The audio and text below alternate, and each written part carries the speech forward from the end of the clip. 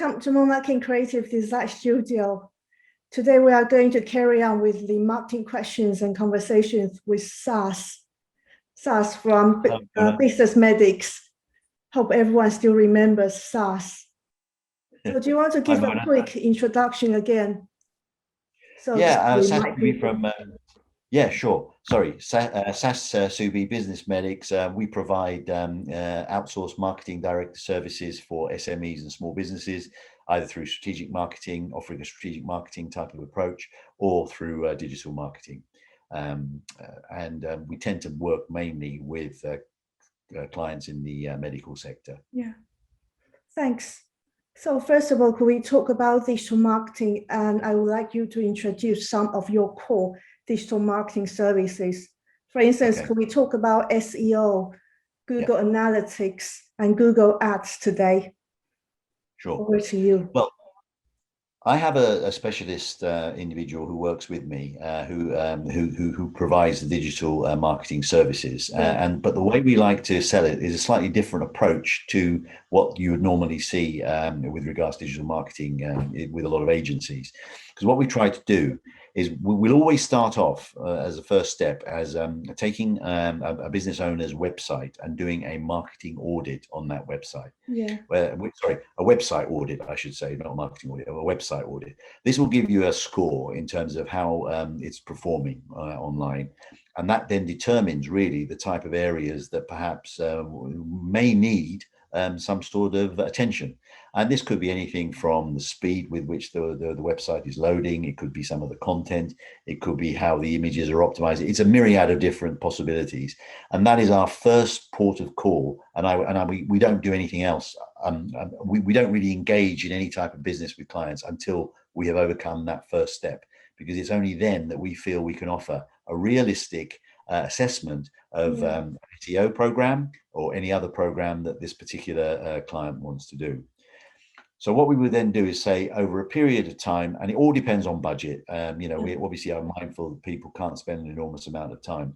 The one thing we will emphasize is that we believe that to get any positive outcome from a good SEO type of program, you need between 3 and 6 months of concentrated effort on that side. Try and think it's a magic wand solution. It isn't. Years ago, when I first started in this business, I was doing a lot of copywriting, and people were saying to me, all you've got to do is squeeze these words in and Google will find them and they'll like you and they'll suddenly throw you up that totem pole to the top of the tree. Doesn't work that way. Those are just myths. They may have been true maybe 10 years ago. They certainly don't exist now. And because Google is a very, very dynamic, fast moving beast that changes its rules of engagement all the time. And one of the real advantages of working with someone who is very SEO savvy is that they are constantly in tune with what was going on in the marketplace, and they can recommend all sorts of immediate plans and immediate initiatives that you can put in place to prevent that from happening. So that's if you go into SEO, it's not for the faint-hearted, and you really do need to think about. And this is one of the things that we will discuss straight away in terms of budget, and we can spread that budget over a period of time if necessary, so that people will begin. But the overall plan of what we try to do with SEO is to also make it something that the individual who can actually do themselves. So we don't think that it's going to be a case of you coming back to us every month with a new SEO program and more. No, it doesn't work that way. We're putting the building blocks in place that will enable you to be in control of your own website. So you tell you the things that you do, and then you just go away and do it. Now, obviously, we're always around for a conversation.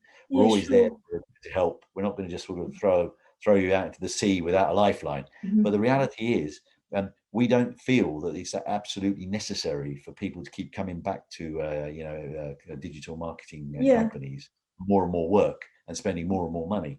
We feel that once that initial program of work has been created and overcome, enough information has passed to the business owner or their nominated personnel that will then enable them to go ahead and be self-sufficient, if you like, and look after things themselves. So it's a slightly different approach to offering a digital marketing service. The only other thing that we also offer on top of that, which you did mention, which I'll just quickly touch on, is we can offer you Google AdWords as well. It's something that is particularly important. Again, very, very vital for a lot of the medical practitioners that we work with in the past. Getting found online locally is key to them, and using the right keywords and making sure that we are mindful of the type of customers and clients and demographic that they're seeking is the first conversation we'd have before we would again go into a detailed plan in terms of how digital marketing or how Google AdWords can help that individual's business. Yeah, cool. And also for you and me, we can both work nationally or even internationally, because we don't need to meet with someone face to face. So do you think Google Ads is good for businesses like us? I don't know about businesses like us. I would not spend any money as a marketing person to actually try and move. I mean, I just don't think it's worth.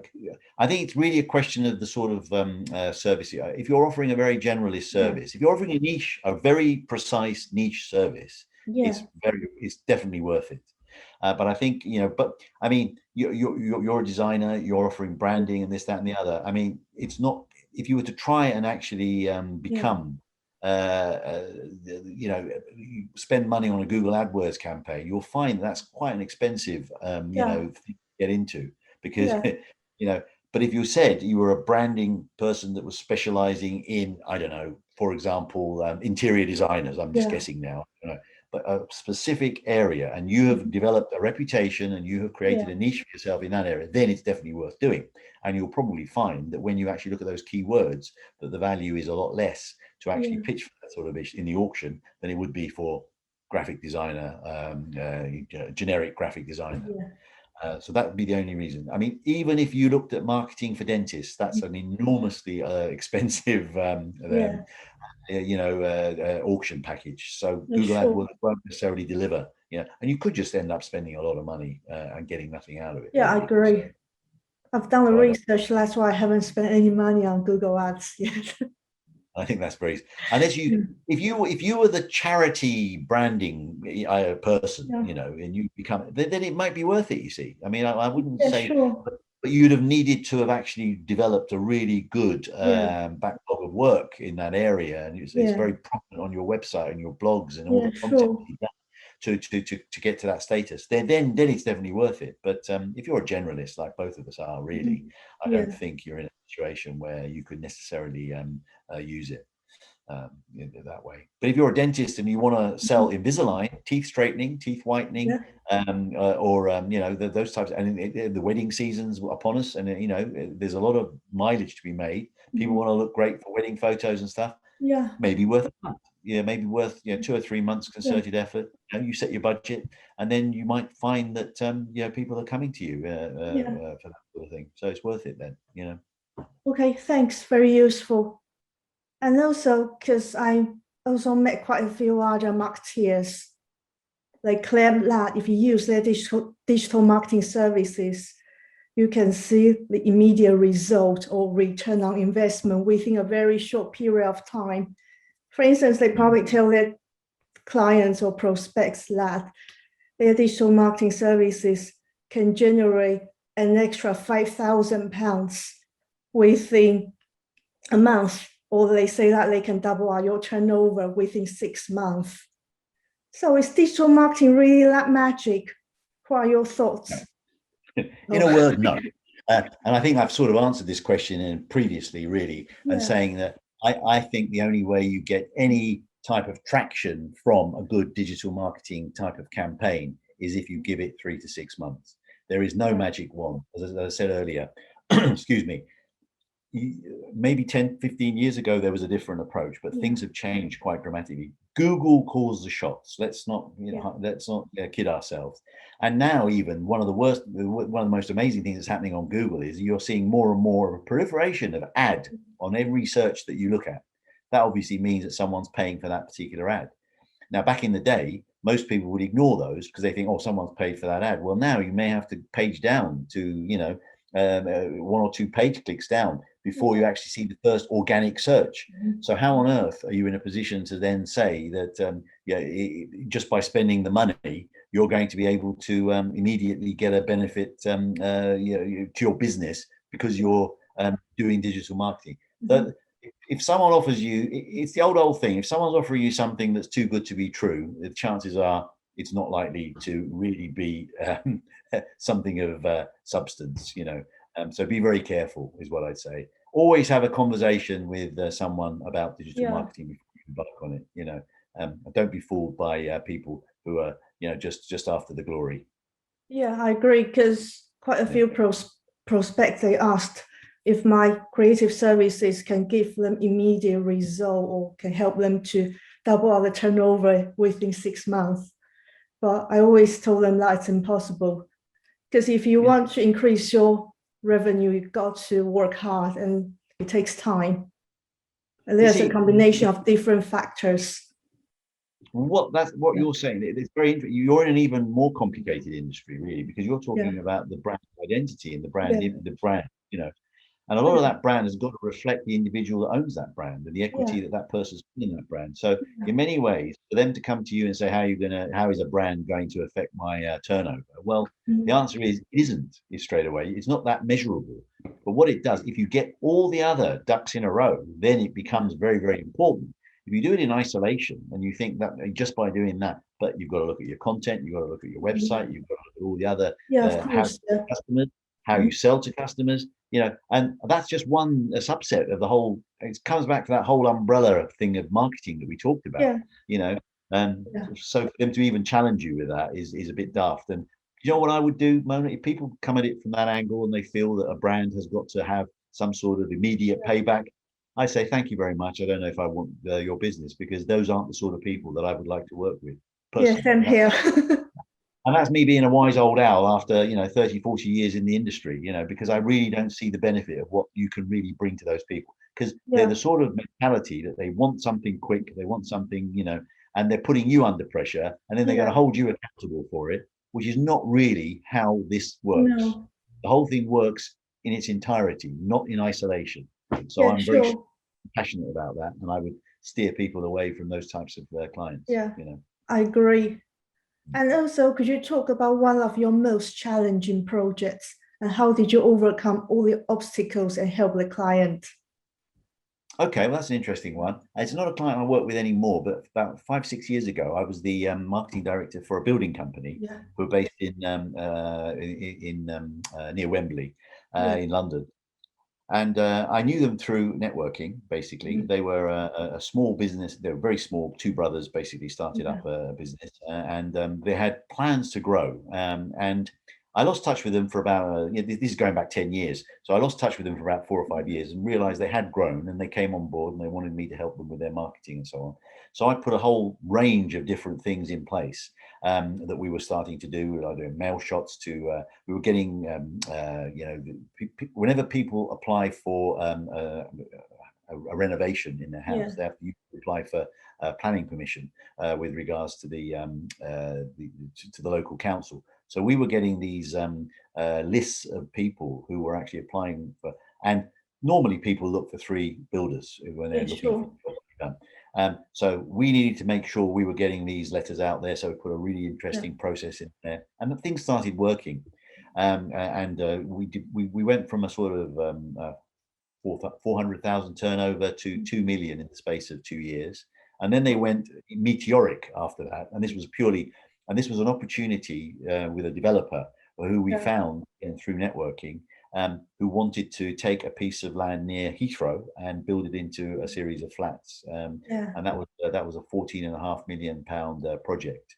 And we got into the final of that, and they won it. And they've never looked back. I parted company with them about a year or 2 later, because I actually got a marketing manager in to do my job, because I thought, and I was there in the background, whenever he needed some advice. But he turned out to be really good, and he's now running the show himself. I've lost touch with them. I haven't spoken to them for about 3 or 4 years, but for about 4 years or so, there was a lot of excitement. I mean, I was working with them almost full time, even though I was an outsourced marketing director. So they were a great client, and some really big challenges because they weren't an English company either, so their English wasn't particularly great. So they needed some help with the language barriers, presentations, PowerPoints, going and getting in front of quite senior people involved in the property business who were, the old school type investors, those sort of things. And I was the sort of the front man, if you like, every time we ended up having these presentations. And I'd like to think it was a big challenge, and I delivered. So that's it. Because I believe that your Cypriot heritage probably help. Yeah. Well, no, these guys actually were from Eastern Europe, so it wasn't like I had any sort of similarities. Yeah, I don't. But It was you. a cultural fit, though. You could understand where they were coming from. Sure. Yeah, Yeah. cool. Because I know you got a lot of businesses from networking. So could you share us some of the networking tips? Well, networking is all about being confident and being able to, in your own mind, be able to very quickly explain what you do. I think people have very little concentration spans, so you need to almost have embedded in your mind, well, they call it the elevator pitch in America, but it's less than that even. It's 10 seconds, I'd say.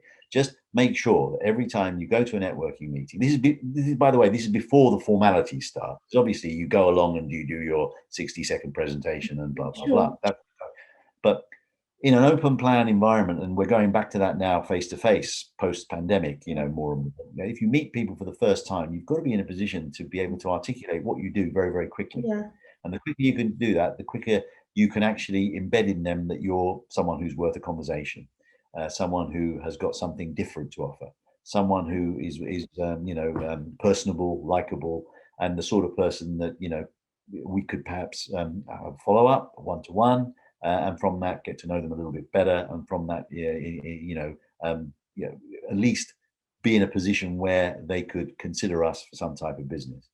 The mistake people make in networking is because they think just because they've gone to that event, they're going to get business, and that's fatal. Because you're going in, well, I mean, BNI, you call it a hunter mode, and I'll just use that. I'm not a big fan of BNI, but I know that that's very much the approach that some people have. They think, I've gone in, I'm here by right, I'm a good salesman, and I'm going to, no, it doesn't work that way. You should never sell to the room, you should sell to the individual. You should actually try and make it personable, make it about yourself and about that person. And the most important thing about networking is listen more than you talk. Yeah, sure. You said shutting up. Yeah, I like to say for any networking events, you probably got to attend regularly for like 6 months at least. Yes. See the result, because people got to trust you first. Yeah, absolutely. And I think the other thing is, if you do go to regular networking, make sure you vary your message as well. Don't say the same thing week in, week out, because people will think, well, actually, he or she's a bit boring, Make sure that keep talking about the work you've done. I mean, you're in a really good position with this, as a designer. You do different logos, and every time you finish a role, and provided, of course, the client is happy for you to show them, you come along with a presentation and say, well, this is the work I've just completed for so and so, and that might be, a nutrition company. It might be, and the more you do that, you can actually demonstrate to people that you've got a diversity of different clients that you actually help. And that really, means that you're an all-rounder, or if you're a niche, you just keep doing the same old thing, and you show them variations on what you've been doing. Still be different, but always show what you do if you can. Yeah, sure. Okay, thanks for the tips. And also, because the country has reopened, but it takes time for the economy to recover. And also a lot of business owners, they are really worried about the furlough scheme coming to the end. So they may not feel confident to invest on marketing yet. So do you have any suggestions or tips regarding marketing strategies in the post-pandemic era? Because it's still a very difficult time. Well, the first point I would make on that, actually, Mona, is that I would recommend that people use marketing in order to get out of the slump that they're in. But they need to do it in a very, very organized and structured way. In other words, they don't necessarily have to spend ridiculous amounts of money, but whatever they do, they need to make sure that some form of marketing is done, because otherwise, if you're not doing it, chances are your competition are going to do it, and you're going to get stuck behind. The things that you can do yourself are you make sure you're staying in touch with clients that you've built good relationships with, and hopefully have sustained over that period. Get in touch with old clients if anything that's changed for them, in order to that you may be able to get back and get and do some work with. I think the important thing is you've got to be very careful with the tone of voice you use in terms of marketing, because people may have suffered. They may not have suffered themselves, but they may know people who've also suffered. They've lost jobs, lost people, lost sadly family and stuff. So all that sort of stuff has also got to. So be gentle in terms of the way you things. Don't go in gung ho. If you're not getting anywhere, sometimes it's also worth looking at some of the content that you've already got within your business and see if you're able to repurpose that or refresh that or repackage it and send it out. That sometimes can help as well, because people, just because you worked with someone 5 years ago and since then other things have happened, you may be in a position to make them aware of some of the things that you've done recently, which they may not be aware of. So just constantly getting it out there, really. Stick to a marketing plan. That's another thing. The marketing plans you had pre-pandemic may not really be of any substance now. They may be just holding up a wonky table leg, So go back and revisit those plans. Revisit how, and but have a plan. That's the most important thing. Don't just think that that you're going to move your business forward by without necessarily taking action. Have some activities thought of. Obviously, if you need any help. That's what I'm there for. I'm more than happy, and just even to have a chat, just to sort of point people in the right direction. You can have a look at my website and get hold of my contact details. I'm more than happy to sort of give people some straightforward advice in that area. And also the other thing that's happened, since the pandemic is everybody's moved online. So communication is like this, it's like what we're doing now, and don't be frightened of that. I think that's what for a lot of people. A lot of two of my clients are actually who are training involved in training. They're actually doing all their courses online now. That saved them a lot of time and obviously money as well, because they no longer have to travel to halfway around the M25 and those sort of things. So it has its positive effects. Try and use it, leverage it in a way that's beneficial to you. That's what I'm trying to say. Yeah, sure. And I also highly recommend your SEO package. Because it's very affordable, and you are actually giving your clients training, so they got the skill. In the future, they will be able to do these things themselves. Absolutely. It's a great investment. But we never leave people hanging. We're always there in the background if they need help. I mean, that's the way it's sold. Once people have an understanding, and it works in two ways. Some people are really, really quite technical. When they get into it, they love getting involved in that type of thing. Other people, they think, well, actually, it's probably better that I just dip in and out and have you almost like on a retainer basis, so that we can just give you a buzz when we need you, and you can point us in the right direction. So either approach is flexible. It's not a problem. Thanks very much for the very useful tips and those 2 interviews. So thank you, Mona. I really enjoyed it. I recommend Sas blogs on the website. I will give the details as well. Okay. So, thanks very much. Bye. Bye-bye. All the best, Mona. All the best.